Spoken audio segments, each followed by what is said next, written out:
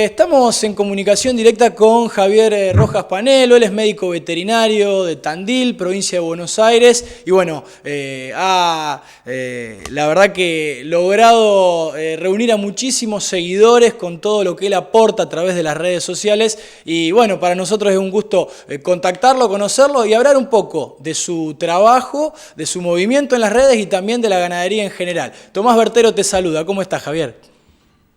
Hola Tomás, buenas tardes, buenos días en realidad, ¿cómo andás? Y saludos a toda la comunidad de Somos Campo. Bueno, Javier, un gustazo, como te decía en la introducción. Bueno, que nos cuentes, antes que nada, bueno, un breve repaso de tu historia, en tu profesión y también, bueno, cómo llegás a lanzarte así en las redes y aportar todo lo que le aportás a los gran cantidad de seguidores, 81.500 según viene el Instagram. Así que, bueno, hacenos un breve repaso de eso. Dale, dale. Veterinario rural, como yo siempre digo, es mi cuenta personal, ¿no? O sea, yo en veterinario rural subo tanto mi día de trabajo como mi día en mi casa con mi familia, o sea, mi mujer, mis hijos, el perro, las gallinas. Es, es mi día a día. Pero, o sea, ¿qué pasó? Hubo un momento en que yo necesité salir a buscar más trabajo, necesitar a generar más cosas. Entonces dije, bueno, tengo esta cuenta de Instagram que viene bien, viene subiendo bastante de seguidores, la gente me está viendo mucho y bueno, explotemos esta herramienta que tenemos acá para lograr algo más. Yo no tengo una veterinaria física, ¿no? Donde la gente me puede ver, no tengo una vidriera. Entonces dije, bueno, listo, tomemos veterinario rural como mi vidriera profesional. Entonces ahí empecé a explotar mucho más en la cuenta de Instagram. A mí claramente me divierte el tema un poco de la docencia y la comunicación, entonces como que en esta cuenta logré un poco eso, mostrar la parte profesional, comunicar el campo, comunicar la veterinaria y a su vez seguir mostrando mis cosas porque de vuelta sigue siendo mi cuenta personal. Y bueno, y esto me permitió salir, o sea, conseguir más trabajo, empezar a trabajar más, mostrarme más, que la gente me conozca ahora por mí, por Javier Rojas Panelo veterinario y no por el ayudante de, por ejemplo. Ujú. Así que la verdad que estuvo bueno. Ujú. Tal cual, y veíamos también, bueno, has estado en diferentes disertaciones y demás, y la importancia de la nueva comunicación o de cómo comunicar a través de las redes. Bueno, has estado con gente que también está en el tema, porque por supuesto esto avanza día a día y cada vez hay más, por así decirlo, herramientas dentro de las mismas redes sociales, ¿no es cierto? Sí, es increíble cómo hoy desde un teléfono uno puede mostrar lo que quiera y comunicar lo que quiera, ¿no? A mí es algo que, por ejemplo, la comunicación del campo siempre me importó mucho, es algo que me gusta y que me ocupa tiempo y siempre pienso cómo podemos hacer para salir a mostrar todas las cosas buenas que hace el campo. Y yo desde mi cuenta, desde Veterinario Rural, logré mostrar un montón de cosas, ¿no? Cómo es el día a día de un veterinario, después hay campos donde yo me ocupo un poco de todo, entonces cómo es el día a día en un campo. Y bueno, y yo siempre creo que al campo le falta comunicación, entonces si nosotros que tenemos la posibilidad de llegar a un montón de gente, nos tomamos en serio este rol de agrocomunicadores y podemos mostrar todas las cosas buenas que hace el campo que quizás no se muestran mucho. Ujú, tal cual. Javier, ¿trabajás solo en el tema de edición y publicación o tenés alguien que colabora con vos? No, yo trabajo solo, esto me lo preguntan mucho. Trabajo solo porque es algo que me gusta y que me Ujú. divierte. Yo creo que si tuviera que contratar a alguien que haga estas cosas por mí, ya no me divertiría tanto, entonces no lo haría. Igual no hago mucha edición y muchas cosas, es más minuto a minuto, por así decirlo. Es lo que yo voy viendo, lo que yo voy haciendo, lo voy subiendo. No estoy mucho tiempo editando, porque me pasa también es que cuando yo estoy en el campo estoy trabajando, no estoy generando contenido para Instagram, estoy haciendo mi trabajo, entonces muchas veces no me permite generar muchas cosas. Entonces, bueno, termino de trabajar, hago un par de videitos, un par de historias y las subo y muestro lo que fue ese día. Ujú. Vamos a meternos en el ámbito ya más profesional del día a día y obviamente la primera pregunta es, bueno, ver cómo ves la actualidad de la ganadería y también meternos un poco en el tema del destete y de los índices bajos, ¿no?, que estamos encontrando en nuestro país. A la ganadería le falta mucho. Hay algo que siempre digo y que siempre veo es que quizás me toca trabajar en campos mixtos donde se hace agricultura y donde se hace ganadería y muchas veces la agricultura está al 100% y la ganadería está tirada en un bajo. por así decirlo, ¿no? Como que a veces falta meterle más tecnología, más asesoramiento y más cosas a la ganadería, ¿no? Yo hago más que todo cría, yo no hago mucho de recría, engorde, feedlot, Ujú. yo hablo de la cría, ¿no? Que la cría es la base de todo. Sin una buena cría no podemos tener nada más. Entonces, como que a veces veo que le falta que la gente le meta la cría. Piensan que con tirar unas vacas en un potrero ya está y no, y falta mucho. Si bien vengo viendo que quizás las nuevas generaciones están involucrándose un poco más, se están informando, se está metiendo más tecnología, yo creo que todavía les falta un montón a la cría. Recién me preguntabas por el destete. Ujú. El destete a nivel país, si no me confundo, es entre 52 y 54%. Creo que es 52. Es muy, muy bajo. Obviamente que hay zonas del país donde el destete es mucho mayor y zonas del país donde es mucho menor. Quizás acá en la provincia de Buenos Aires el destete sea del 75, 70 y pico por ciento, ¿no? Pero es increíble que en un país tan grande de Argentina como Argentina, con tantos recursos que tenemos, se destete solo un 52%, ¿no? De terneros, o sea, de 100 vacas que se preñan, no, de 100 vacas que entran a servicio con toro, solo 52%, solo 52 nos dan un ternero, ¿no? Ujú.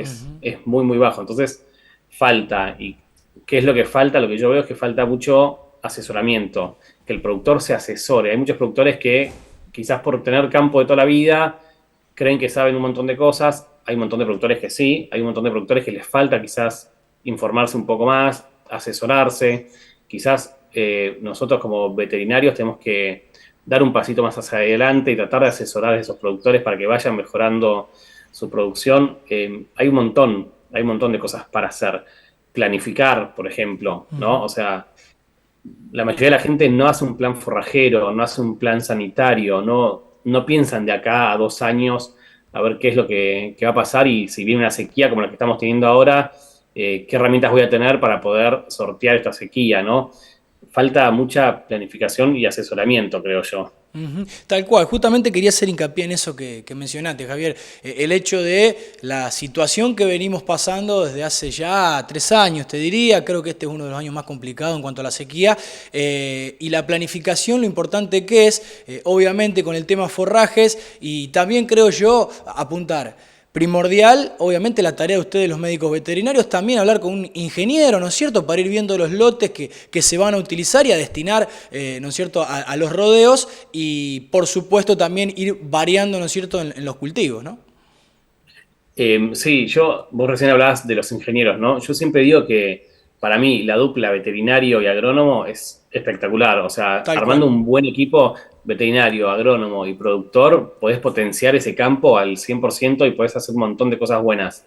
Pero bueno, hay que salir a hacer eso y mucha gente no lo hace. Y por ejemplo, con la sequía, ¿no? Si uno tiene más o menos un plan forrajero armado, porque uno por ahí, yo armo el plan forrajero de hoy, pero va a ser de acá a 2 años ese plan Ujú. que estoy armando. Entonces, obviamente que después te pasa como ahora, que tenés una sequía brutal o tenés incendios o lo que sea, y por ahí el plan forrajero no te va a salvar. Pero bueno, uno está más o menos preparado. Yo hay algunos campos de trabajo que siempre hacemos sorgos o maíces diferidos para comer en invierno, se comen secos, o sea, en pie, y liberás el resto del campo. Entonces, me pasó en unos campos ahora que el invierno estuvo re complicado, sin lluvias y con muchas heladas, pues los animales estuvieron concentrados en los diferidos y liberamos el resto del campo. Entonces, cuando arrancó la primavera y llovió un poquito, el campo tenía pasto, no se había sobrepastoreado. Entonces, como que son herramientas que te ayudan un montón, pero que hay que pensarlas previamente y armar un plan. Así que de vuelta, cuando uno labura con un agrónomo, puede hacer todas estas cosas y están buenísimas. Ujú. Totalmente, totalmente. ¿Querés darnos algún detalle de los planes bueno, que armás vos más que nada en tu zona? También tengo entendido que trabajás fuera de la zona donde vivís, que tenés, bueno, por suerte mucho trabajo, pero bueno, darnos algunos detalles de cómo lo planificás. Bueno, la mayoría de las veces, bueno, siempre lo planificamos con agrónomos, porque si bien uno puede tener una idea de más o menos qué cosas hacer, la parte técnica es clave que te ayude un agrónomo. Mi hermana es agrónoma, entonces si hay campos que no tienen agrónomos, me da una mano ella me dice cómo hacer todo y yo voy y después sí ejecuto. Y, y vamos pensando, también depende cada campo y las posibilidades, ¿no? Por ejemplo, hay un campo donde trabajo que nunca se había hecho nada y estamos recién empezando a hacer pasturas, entonces vamos pasando por algunos ciclos de agricultura para ir mejorando esos lotes, para después terminar en pasturas y poder tener una buena implantación de esa pastura y poder usarla, aprovecharla al 100%. Es como que vamos viendo campo a campo cuál es la situación, ¿no? O planificar verdeos en febrero para los destetes y la futura recría, los diferidos en invierno, puede hacer verdeos para verano también, o sea, formas de liberar el campo, ¿no? Con diferidos en invierno, con verdeos en verano, planificar pasturas, hacer una buena fertilización, ¿no? Son un montón de cosas que las vamos viendo campo a campo y bueno, de vuelta con la ayuda del agrónomo. Ujú, tal cual, tal cual. Antes mencionaste el tema sanitario y los manejos, bueno, también cómo estás trabajando con respecto a este tema y cómo ves al trabajo en general en nuestro país, ¿no es cierto? Creo que el productor poco a poco se ha ido acomodando, ¿no es cierto?, a las normativas de SENASA sobre todo y siendo más prolijo, por lo menos lo que podemos ver de los productores que conocemos nosotros. Eh, yo hay algo que siempre digo, es que en la cría hay tres pilares que son básicos, que es la sanidad, la nutrición y el manejo, ¿no? Bueno, la nutrición ya hablamos recién, tenemos que enfocarnos en la sanidad, para eso es clave el rol del veterinario y poder, junto con el productor, armar un plan sanitario para ese establecimiento. A mí me pasa mucho que en mi cuenta de Instagram me escriben mensajes y me preguntan por planes sanitarios, ¿no? A mí no me gusta dar planes sanitarios por Instagram, por mensaje, porque yo no conozco el campo, quizás no conozco la zona, no conozco lo que se va haciendo, entonces es complicado armar un plan sanitario desde lo virtual. Entonces, siempre digo que cada campo y cada zona tiene sus cosas, no es lo mismo acá que en Santa Fe. Entonces, a cada campo donde vamos, armamos un plan sanitario en conjunto. Obviamente que hay cosas que son básicas para todos, pero después hay distintas cosas que se pueden ir armando, sobre todo en épocas del año, tiempo y todo. Pero bueno, es un trabajito que lo tenemos que pensar en conjunto con el productor. Ujú. Y después lo que me decías de Senasa, Senasa viene haciendo un montón de cosas, por ejemplo, el plan de lucha y erradicación de la brucelosis, que si bien para mí el plan está buenísimo, como que se entibió un poquito y no siguió con tanta potencia como cuando había arrancado, pero está buenísimo. Si bien muchos productores quizás no les gustó al principio porque te están imponiendo hacer un sangrado para detectar brucelosis, nosotros lo que tenemos que pensar es en producir. Entonces, si fuéramos libres de brucelosis, mejoraríamos todos. Por ejemplo, el índice de destete que veníamos hablando hace poco, ¿no? Entonces, hay un montón de productores que lo adoptaron bien, un montón de productores que quizás no les gustó tanto, pero bueno, después lo tenían que hacer de forma obligada y bueno, y lo hicieron. Y después en los resultados de ese plan se vio que no había tantos campos con problemas de brucelosis, así que no era tan difícil obtener el libre. Así que son un montón de cosas que el productor tiene que pensar que a la larga es para favorecerlo a uno, ¿no? Y no es algo que sea que el SENASA viene a hincharnos, ¿no? Tal cual, claramente. Javier, bueno, por último, decirte que, bueno, que le hables al productor ganadero desde el profesionalismo y desde la pasión, ¿no es cierto? ¿Qué recomendaciones para estos tiempos les podríamos dar? Bueno, en estos tiempos de sequía espero que llueva pronto, porque hay un montón de gente que todavía la está pasando mal. Campos donde yo trabajo que la última lluvia grande había sido en marzo y recién Ujú. ahora llovió un poco más. Campos donde trabajo que todavía no ha llovido, así que, o sea, esperemos que llueva. O sea, todo pasa. La fábrica a cielo abierto tiene esto. Hay épocas que estamos mejor, hay épocas que no. Esperemos que el gobierno nos ayude un poco, porque la carne, el campo siempre está un poquito relegado, pero que busquen ayuda, que se asesoren. Hay muchos productores que no tienen veterinario, que no hacen tacto, que no hacen sanidad a los toros, no hacen raspajes, no hacen nada. Que busquen un veterinario, que se asesoren, que todo es para mejor, para aumentar su producción y que les vaya mejor. Y que no es tan difícil como parece hacer un plan sanitario, mantenerlo, o sea, y seguirlo al pie, ¿no? Y por otra cosa, pensar también que la gente piensa que esto es un gasto, y no, y uno lo tiene que pensar como una inversión. Exacto. Quizás hoy comprar unas vacunas me va a salir caro, entre comillas, hoy, pero después quizás logro 10 terneros más y se Ujú. pagó con creces esa vacuna, ¿no? Entonces, como pensarlo así, pensarlo como inversión y no gasto. Ujú. Javier, ha sido un gustazo, la verdad que habría temas para charlar largo y tendido, pero bueno, es el primer contacto que tenemos y te prometemos que te vamos a volver a molestar para, bueno, para hablar de esto que nos apasiona y creo que compartimos esa pasión de la comunicación y de mostrar lo nuestro en el campo argentino.